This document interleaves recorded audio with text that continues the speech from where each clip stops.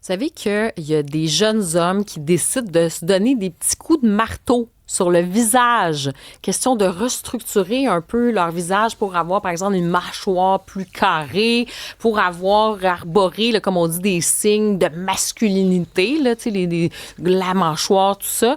Et ça s'appelle, ça fait partie de ça. Il n'y a pas que ça, hein. Il y a aussi les opérations cosmétiques, il y a de la chirurgie esthétique, il y a d'autres choses, là, des interventions qu'on peut faire. Ça s'appelle le phénomène du look maxing. Ça, c'est une tendance qui est en ligne et il y a certains jeunes, là, il y a pas mal de jeunes qui sont influencés par les réseaux sociaux. On le sait, là, sur l'image corporelle. Bien, il y a certains jeunes qui décident d'adopter ça, ce qu'on appelle le look maxing, où on va finalement essayer d'amplifier, là, c'est un peu ce phénomène d'amplification, d'augmentation, si vous voulez, de votre apparence physique.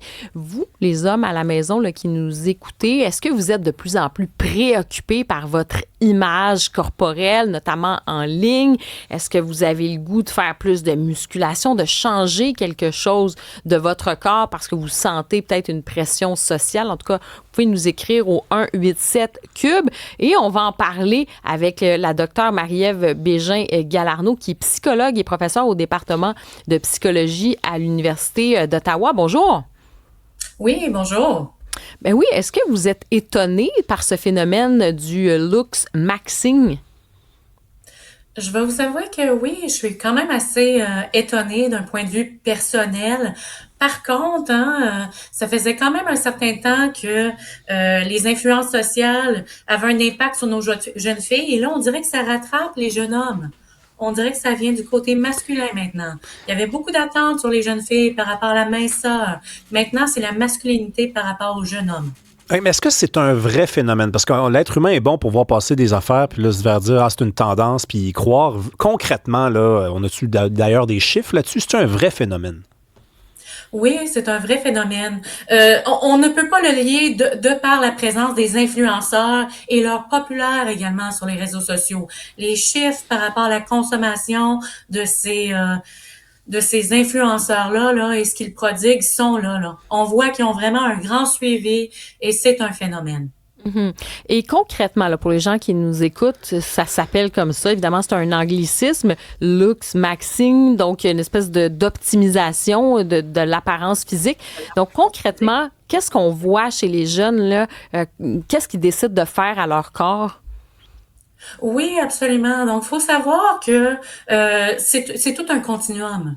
Donc, il peut y avoir des choses qui sont plus légères. Donc, c'est l'ensemble des stratégies qui visent à essayer d'améliorer l'apparence corporelle chez les jeunes hommes. Donc, ça peut être des choses plus douces, comme par exemple des soins de peau, ou encore améliorer la posture, ou encore aller au gymnase. Ça, dans une faible dose, ça peut être quelque chose de très, très sain. Mais quand c'est poussé à l'extrême, ces stratégies-là, ça peut être dangereux. Donc, vous l'avez mentionné, il peut y avoir des coups de marteau au visage. Il peut même y avoir des chirurgies esthétiques. On peut masculiniser la mâchoire ou encore on peut avoir des implants pour paraître plus musclé. Et lorsqu'on vient à faire des interventions chirurgicales, bien évidemment, il y a des risques plus marqués. Donc, ça vient, par exemple, avec des sédatifs, tout ça, et ça peut aller jusqu'à mal tourner. Ah, je pense qu'on vous a perdu sur le son. On va juste essayer de vous reconnecter. On est avec la docteure Marie-Ève Bégin-Galarneau, qui est psychologue, professeure au département de psychologie. On parle de look maxing, donc ces jeunes hommes notamment, mais pas que, Rémi, qui décident de changer leur apparence physique et ça peut être extrême. Puis comme disait la psychologue, tu sais, d'aller, par exemple, tu sais, au gym, dire je vais améliorer mon apparence, c'est sain, là, tu sais, c'est quelque chose de sain. Mais là, on parle pas de ça. Ça va être, par exemple, je lisais là-dessus, Rémi, tu sais, il y a des jeunes qui vont mâcher de la gomme, mais oui, ultra dure pendant des heures là, pour vraiment avoir là, la mâchoire bien, bien serrée, tout ça. Il peut y avoir aussi des pratiques beaucoup plus extrêmes sur le corps. Là. Bien, déjà, moi, le marteau, là, c'est quand même incroyable. Là. On peut aller plus loin que le marteau. C'est horrible. horrible, puis ça crée des dommages. Tu as des dentistes qui alertent, qui disent, tu sais, il y a des exercices aussi, il y a des jeunes qui vont faire des exercices, ils se mettent au sol, ils font certains exercices de cou et tout ça, puis ça peut avoir des conséquences physiques, là. C'est pas juste une affaire, OK, tu sais, je me teins les cheveux, là. On est dans quelque chose qui peut modifier, non seulement physiquement, mais qui peut te créer des problèmes aussi. On a retrouvé Dr. Marie-Ève Bégin-Galarneau, puis je vous posais donc la question justement sur ces choses-là. Qu'est-ce que les jeunes font et qui peuvent être justement difficiles compromettantes pour leur santé? Oui, absolument. Donc, au risque de me répéter, c'est l'ensemble des stratégies qui visent à essayer d'améliorer l'apparence physique. Donc, il y a tout un continuum. Comme vous l'avez mentionné, ça peut être d'améliorer la posture, ça peut être faire des soins de peau ou encore l'entraînement physique. Ça peut avoir moins de conséquences, mais ça peut aller à des formes plus extrêmes, comme par exemple la chirurgie esthétique. Donc, masculiniser le visage, et lorsqu'il y a des chirurgies, il y a des risques psychologiques et des risques physiques. Les personnes vont être mises sur sédatifs, ça peut mal tourner, ça pourrait même aller jusqu'à la mort, une chirurgie esthétique. On y pense pas assez souvent à ça. Et l'impact psychologique, c'est à se demander, est-ce que la personne va être un jour satisfaite de son apparence physiologique? Ça finit plus. Mais c'est la réponse à quoi, ce phénomène-là? Parce que, est-ce que c'est, je sais pas, on vit dans un monde où on relativise tout. Avant, on avait des standards de beauté, puis pour des bonnes et des mauvaises raisons, on en est venu à dire que tout le monde est beau à sa manière. Est-ce que c'est une réponse brutale, certes, mais quand même une réponse à ça? Moi, je pense que c'est une réponse à des jeunes hommes qui se cherchent.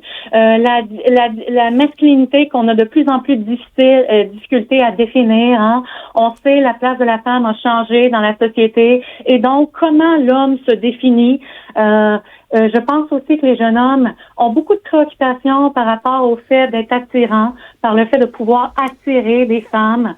Et donc, le max looking, ça vient donner une solution très, très concrète à tout ça. Donc, si je modifie mon physique, finalement, je vais être automatiquement plus attirant et j'aurai plus de succès avec les jeunes femmes socialement. Mais ce n'est pas nécessairement la réponse à long terme et, comme on l'a mentionné, ça peut avoir des grandes conséquences sur la santé physiologique et psychologique. Marie-Ève Bégin-Galarneau, est-ce que vous observez dans votre cabinet, justement, est-ce qu'il y a vraiment beaucoup de souffrance chez beaucoup de jeunes? Oui, absolument. Le monde a changé, et les parents ne sont pas bien outillés pour guider les jeunes. On le voit, par exemple, avec le harcèlement scolaire qui maintenant suit sur Facebook, Instagram ou tous les réseaux sociaux. Je pense que les jeunes vivent beaucoup d'anxiété par rapport au futur, beaucoup d'anxiété par rapport à la réussite sociale. Il y a également eu le COVID qui a un impact au niveau de leurs habilités sociales, la capacité d'être capable de socialiser, tout ça, dans des années qui sont cruciales pour plusieurs jeunes. Donc oui, on la voit, cette souffrance-là en cabinet. Et peut-être juste sur le modèle masculin, parce que le look Maxime, donc on le disait, là, c'est vraiment des gars qui décident d'avoir la mâchoire plus large ou qui essayent, là, qui veulent transformer leur corps. Comment vous expliquez ça, vous, là, d'aller chercher ces symboles dits super masculins, là? Ça répond à quoi chez eux? Je pense que ça répond à un manque d'estime. Un manque d'estime, chercher sa place, vouloir être plus attirant. Donc, ça vient nous comporter. On a besoin d'un modèle. Il n'y a peut-être pas de modèle facilement accessible dans notre société. Et puis là, un influenceur nous présente un peu une solution magique et ça devient très attrayant. Tantôt, vous avez dit qu'il y avait quelque chose de... En fait, les femmes faisaient ça avant. Puis là, maintenant, c'était les gars qui faisaient ça. Vous parlez... Les femmes, il fut un temps où elles se charcutaient le corps et toujours pour le même objectif, atteindre un standard de beauté suprême. Est-ce qu'il y a un double standard dans la façon d'examiner ce mouvement-là chez les gars? Quand c'est des gars qui le font, là, c'est des masculinistes, là, c'est dangereux, là, ça peut mener à des problèmes. Mais quand c'est des filles, c'était inoffensif, d'une certaine façon. Inoffensif pas envers elles, mais inoffensif envers les gars. Je sais pas si c'était inoffensif parce qu'il y a tellement de risques par rapport au développement des troubles alimentaires, la dépression chez nos jeunes filles. Non, mais ma question, c'est qu'à l'époque, quand les filles faisaient ça, on disait pas que c'était dangereux pour les gars. Mais des gars qui font ça, moi, j'entends beaucoup de gens dire que c'est anti-féministe comme mouvement. Mais ça reste des gars qui se charcutent leur propre corps à eux. Oui, je comprends ce que tu veux dire. Ben, c'est que souvent, ce look masculin-là vient dans un contexte de masculinisme, d'alpha mâle. Et oui, ça devient peut-être plus dangereux, là, cette mentalité-là. Tandis que la mentalité des jeunes filles, c'est plus par rapport à leur corps, une insatisfaction. Ça va davantage dans le sens des mouvements sociaux où la jeune femme doit avoir un idéal physique. Tandis que chez les jeunes hommes, ça peut être accompagné de mouvements haineux envers la femme, ou encore que l'homme doit avoir un certain rôle, un alpha mâle, et que la femme doit finalement suivre. Mm-hmm. Donc, il y a tout l'univers autour du look maxing qui est inquiétant. Et oui, il y a peut-être davantage de stigmas. Et peut-être en terminant, là, qu'est-ce qu'on peut faire pour aider justement pour l'estime de soi de ces jeunes hommes aujourd'hui? Tu sais, les parents qui nous écoutent, les gens qui nous écoutent autour, qui disent ben, qu'est-ce qu'on peut faire pour améliorer ça, pour les aider? Premièrement, je pense qu'il faut outiller les jeunes hommes, et en fait toute la jeunesse en général, là, mais ici dans le cas de notre entrevue, les jeunes hommes, par rapport à l'esprit critique dans la consommation des réseaux sociaux. Parce qu'ils sont vraiment bombardés de messages. C'est important que le parent soit présent, observe ce que l'adolescent consomme, l'aide à développer sa pensée critique pour être capable de tempérer ces messages-là. Donc ça serait la première chose. La deuxième chose, c'est important en tant que société qu'on ait différents modèles masculins qui soient diversifiés et positifs. Il y a plus d'une façon d'être un homme. Alpha mâle, c'est un modèle, mais il peut y avoir d'autres modèles dans la créativité, dans la vulnérabilité, OK? Et l'autre chose, c'est de valoriser différentes sources d'estime de soi. Par exemple, est-ce que ça peut être à travers l'entraînement physique, le sport, ou encore le théâtre, la musique? Donc, finalement, de donner des médiums à nos jeunes pour qu'ils viennent rechercher une estime de soi. Marie-Ève Bégin-Galarneau, psychologue et professeure au département de psychologie à l'Université d'Ottawa. Merci d'avoir été avec nous. Merci infiniment. Bonne journée.